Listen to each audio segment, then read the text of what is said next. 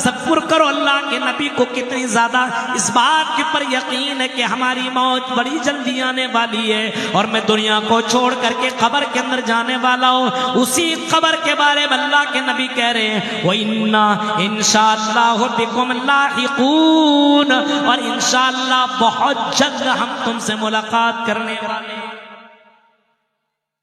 مدینہ نے وہ دن بھی دیکھا, وہ پل بھی دیکھا, وہ لمحہ بھی دیکھا. مدینہ کی ان گلیوں میں اور مدینہ کی اس شہر میں چمچمانے والا سورج, پوری دنیا کو روشن کرنے والا سورج, سراجم و منیرا کا لقب پانے والا وہ سورج, اللہ کے نبی صلی اللہ علیہ وسلم کا انتقال ہوتا ہے. نبی اکرم دنیا سے جا رہے ہیں, آخری سمے میں ہے میرے پیارے ساتھیوں, اور اتنے زیادہ کمزور ہو چکے ہیں, اتنے زیادہ کمزور ہو چکے ہیں کہ نبی اکرم کی نظر پڑتی ہے آخری سمے. حضرت عائشہ بیان کیا کرتی ہیں کہ اللہ کے نبی صلی اللہ علیہ وسلم کا سر مبارک میرے ران کے اوپر رکھا ہوا تھا, اور اللہ کے نبی ران کے اوپر میرے اپنے سر آپ نے رکھا ہوا تھا, اور اللہ کے نبی کی نظر پڑتی ہے مسواک کرنے والے وہ صحابی حضرت عبد الرحمن کے اوپر. جب ان کے اوپر نظر پڑتی ہے اور حضرت محمد صلی اللہ علیہ وسلم نے حضرت عائشہ کو اشارہ کیا کہ عائشہ مجھے مسواک مجھے دے دو, اللہ کے نبی صلی اللہ علیہ وسلم کو مسواک پیش کیا گیا, اور اللہ کے نبی ایسے آخری موقع پر اتنے زیادہ کمزور کہ مسواک بھی نہیں کر پا رہے ہیں, یہاں تک کہ حضرت عائشہ نے اس مسواک کو نرم کیا اور اللہ کے نبی کو آخری سمے میں مسواک کرایا. اسی مسواک کے تعلق سے اللہ کے نبی نے کبھی فرمایا تھا اے میرے صحابیوں, اے میری امتیوں, لولا شق علی امتی لامرتہم بالسواک, اگر میری امت کو بھاری نہ پڑتا, میری امت کے لیے مشکل نہ ہوتی, میری امت کو یہ تکلیف نہ پہنچتی, تو میں اپنی امتیوں کے لیے مسواک کرنا لازم کر دیتا. مسواک سنت تو وہی ہے, اب اس کی جگہ پہ برش کرو, کیا کرو, یہ کرو, وہ کرو. آج بھی سعودی عرب کے اندر جاؤ, مسواک کا استعمال سنت سمجھ کر کے آج بھی اپنے جیب کے اندر باقاعدہ مسواک رکھیے. سنت کے فدائی آج بھی موجود ہیں. ہمارے یہاں سنت چھوڑو مولانا, فرض تو ادا ہو ہی نہیں رہی ہے, سنت کہاں سے ادا ہو. تصور کرو, سوچو میرے پیارے ساتھیوں, غور کرو, اور اس جملے کے اوپر غور کرو. اللہ کے نبی آخری سمے میں مسواک کر رہے ہیں, اور اللہ کے نبی کیا فرما رہے ہیں. اللہ کے نبی باقاعدہ ایسے موقع پر اللہ کے نبی نے کوئی زمین و جائیداد کی وصیت نہ کی, کوئی زمین و جائیداد کی وصیت نہ کی,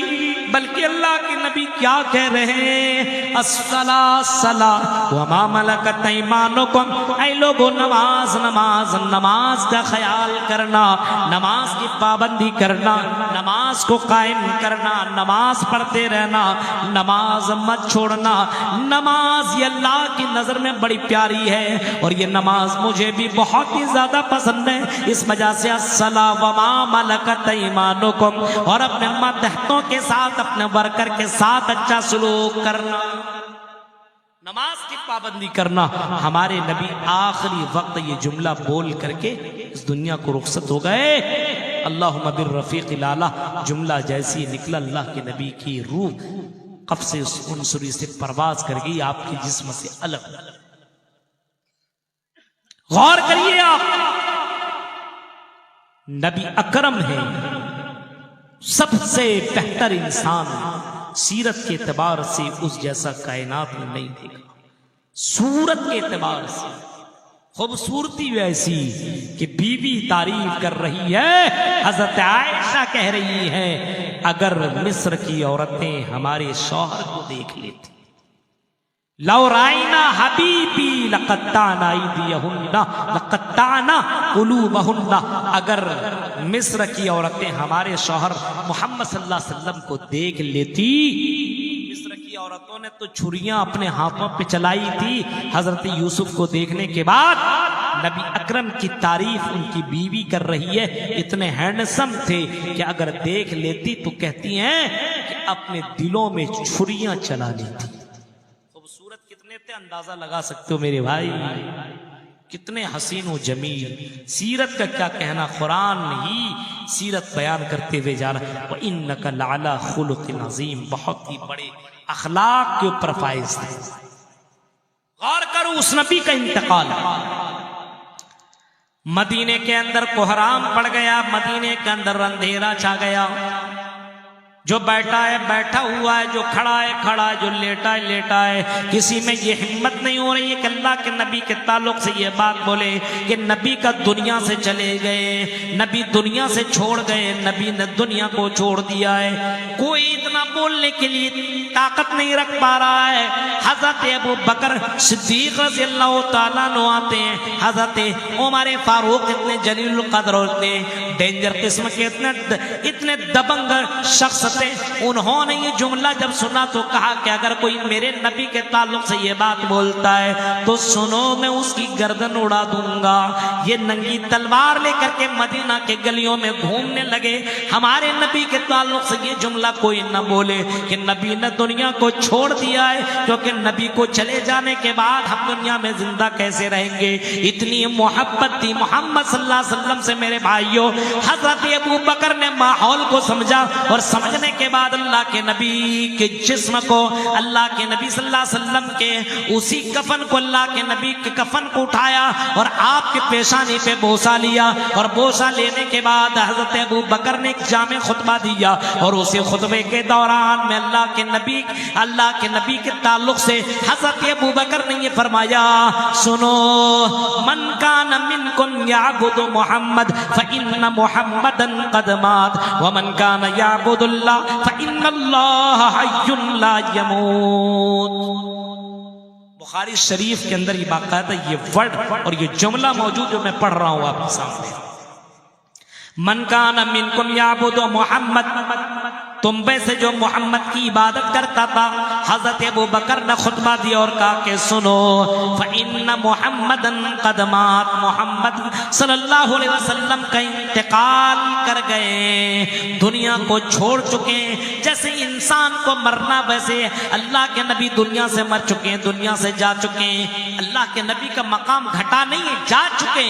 لیکن نبی کی تعلیم اب بھی باقی ہے، نبی کا فرمان اب بھی باقی ہے، نبی کا قانون اب بھی باقی ہے۔ نبی کے اوپر اطاعت کرنے والا، نبی کی بات ماننے والا آج بھی جنت کے اندر جائے گا۔ اور حضرت ابو بکر نے یہ بھی کہا وَمَنْ كَانَ يَعْبُدُ اللَّهَ فَإِنَّ اللَّهَ حَيٌّ لَا يَمُوتُ، اور جو اللہ کی عبادت کرتا ہے فَإِنَّ اللَّهَ حَيٌّ، وہ اللہ زندہ ہے، زندہ تھا، زندہ رہے گا، اس اللہ کو کبھی موت نہیں آئے گی۔ پتہ یہ چلا انسان چاہے وہ کتنے بھی اعلیٰ پیمانے پر وہ فائز ہو، چاہے وہ کتنا بھی اونچی کرسیوں پر براجمان ہو، چاہے وہ بہت ہی بڑا آدمی ہو، بہت ہی بڑا عالم ہو، بہت ہی بڑا رئیس ہو، بہت ہی بڑا جینیس ہو، بہت ہی بڑا عقل مند ہو، لیکن کل نفس ذائقۃ الموت، اسے موت آئے گی اور ایک نہ ایک دن موت آ کر کے رہے گی۔ میرے پیارے ساتھیوں، جب نبی اکرم کو موت آ سکتی ہے تو ہر کسی کو ایک نہ ایک دن مرنا ہے، لیکن مرنا ہی نہیں ہے، مرنے کے بعد اگر آدمی سڑ جاتا، گل جاتا، مر جاتا، تباہ و برباد ہو جاتا تو کوئی معاملہ نہیں تھا، لیکن مرنے کے بعد اللہ رب العالمین کیا کہہ رہا ہے، وَإِنَّمَا تُوَفَّوْنَ أُجُورَكُمْ يَوْمَ الْقِيَامَةِ، اے میرے بندے، مرنے کے بعد تمہیں تمہارے اعمال کا پورا پورا بدلہ دیا جائے گا، پورا پورا بدلہ دیا جائے گا اور تمہارا حساب و کتاب کیا جائے گا۔ مر جاتا، سڑ جاتا، ختم ہو جاتا تو کوئی مسئلہ ہی نہیں تھا، انسان آیا، انجوائے کیا، مستی کیا، کھایا پیا، اپنے من کے مطابق زندگی گزاری اور مر گیا، زمین میں سڑ گیا۔ اب اس سے کیا مطلب ہے؟ لیکن ایسا نہیں ہے۔ حضرت ابو بکر بھی یہی جملہ کہہ رہے ہیں، حضرت عمر فاروق بھی یہی کہہ رہے ہیں، کاش کہ میں کوئی چرند پرند ہوتا، کاش میں کوئی درخت ہوتا، کاش میں کوئی پیڑ ہوتا، کاش میں کوئی ٹری ہوتا، کوئی میں درخت ہوتا اور میں سڑ جاتا، گڑ جاتا اور مجھے کاٹ دیا جاتا، میرا حساب و کتاب نہ ہوتا، میں کوئی پرندہ ہوتا اور میں پھر مر جاتا، میں جب مجھ کو کاٹ دیا جاتا میں سڑ جاتا, میرا حساب و کتاب نہ لیا جاتا, لیکن ایسا نہیں ہے. بحیثیت انسان ہونے کے ناطے مجھے مرنے کے بعد اللہ کی یہاں پورا پورا حساب دینا پڑے گا.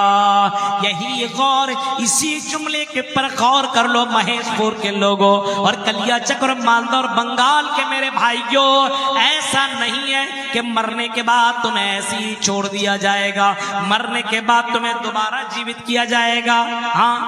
ایسا نہیں ہے. ہندو دھرم کی کتابوں میں بھی لکھا ہے مرتیو پشچات جنمم بھوتی, مرنے کے بعد تمہیں دوبارہ جیوت کیا جائے گا, مرنے کے بعد تمہیں دوبارہ زندہ کیا جائے گا, مرنے کے بعد تمہیں پرن جنم کیا جائے گا, دوبارہ زندہ کیا جائے گا, دوبارہ اپنے قبروں سے تمہیں اٹھایا جائے گا, مرنے کے بعد تمہیں اٹھایا جائے گا اور حساب و کتاب تمہیں دینا پڑے گا. غور کریے آپ, یہی تو مین کارن ہے. سب سے ڈینجر چیز یہی ہے. مرنا کوئی بڑی چیز ہے نہیں, مرنا تو ہے, موت کا مزہ چکھنا ہے, لیکن مرنے کے بعد کی زندگی جس کی اچھی ہے وہ شخص کامیاب, اور مرنے کے بعد جس کی زندگی بیکار وہ سب سے زیادہ بد نصیب اور سب سے زیادہ بیکار اور سب سے زیادہ بیوقوف, یہ کہہ لیجیے سب سے بڑا گدھا مرنے کے بعد. اور ہم یہ نہیں کہہ رہے ہیں, امام کائنات نے کبھی فرمایا تھا الکیس من دان نفسہ وعمل لما بعد الموت, مرنے کے بعد جو موت کے بعد کی زندگی کی تیاری کرتا ہو وہ سب سے زیادہ چتر, چالاک اور ہوشیار آدمی وہی ہے. مرنے کے بعد کی زندگی کی تیاری نہ کرنے والا سب سے بڑا بیوقوف. غور کریے, آج حالات حاضرہ کا جائزہ لیجئے, اپنے سماج کا جائزہ لیجئے, اپنے ماحول, اپنی سوسائٹی, اپنے علاقے, اپنے ارد گرد کے لوگوں کے اوپر نظر دوڑائیے.